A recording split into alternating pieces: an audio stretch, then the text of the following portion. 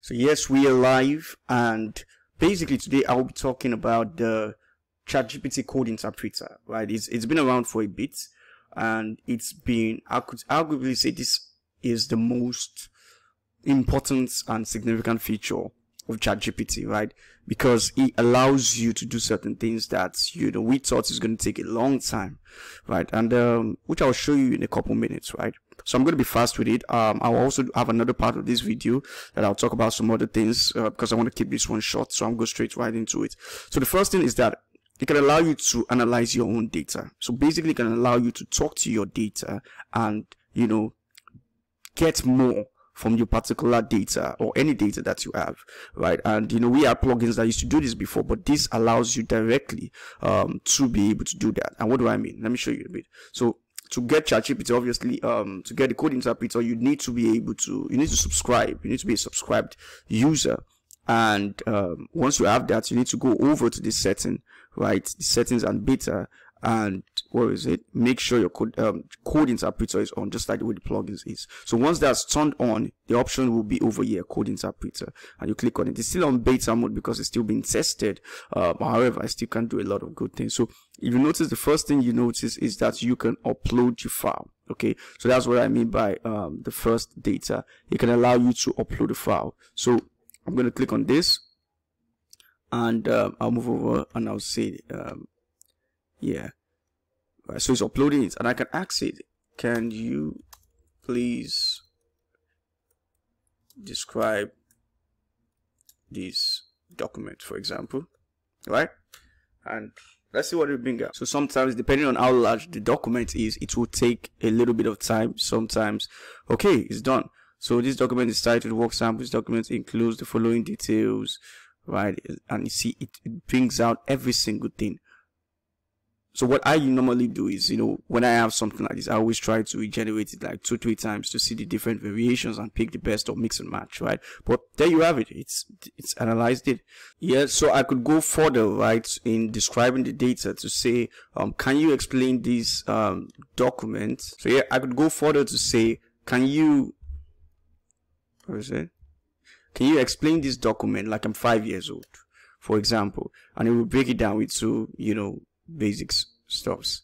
Like, so I'll be happy to simplify. So I do that. I like playing with it a bit. So the next thing is also that it can identify main colors and objects of images, right? Because again, you can upload, right? So like, it's basically, you can talk to most documents now, which is a huge game changer. So let me show you something, right? So if I'm to go over here and find an image I'm looking for, yeah, the one I created before, exactly. So if I do this, right, and I say identify the main colors and objects in this image, right,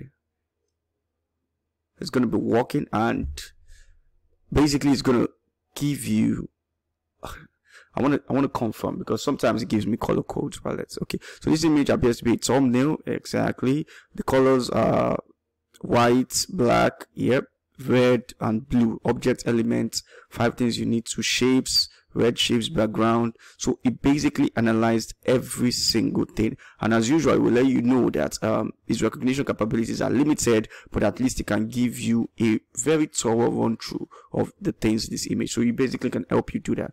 Now let me see, it can also, code interpreter can also help you convert image types. So you can convert PNG to image. So can you convert this, the image above?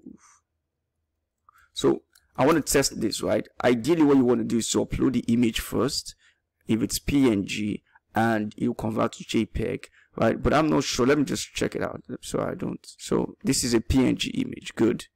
I'll upload it, convert the image. So let me put it, convert PNG to JPEG. So let's check it out in a minute.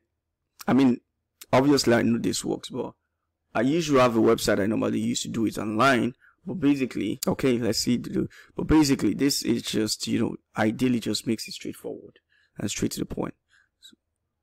So sometimes the good thing I like about interpreter is that sometimes if it can't do it, it will provide solutions and suggestions that you can use to do it, right? In this case, it did it. So let me download the PNG image or the JPEG, and I open it. You see it's in JPEG now, and I get the format, right?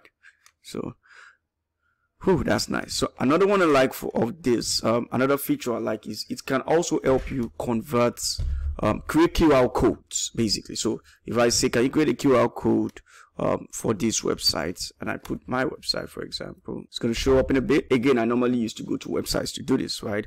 But this it's quite interesting, right? To be able to do all this in a single platform, right? This is why I said Interpreter is one of the major significant updates of the ChatGPT. So download the QR code, open it over here, and there you have it. I don't really need to test it because we both know it's going to work. So yeah, this is just a few. I'm still going to create a video that I'll go through exhaustively the entire features and capabilities of Code Interpreter, but I just wanted to create something short to give you a glimpse of exactly what it can. I would love to see what you guys are using Code Interpreter for, and you know, the expectations that you have. Did it meet it, or did it fall short of it, right? But regardless, this is a great direction, and it always depends on usage, how you're using it to know to be able to leverage the full potential of it. So I hope you found this valuable, and I'll see you next time. Cheers.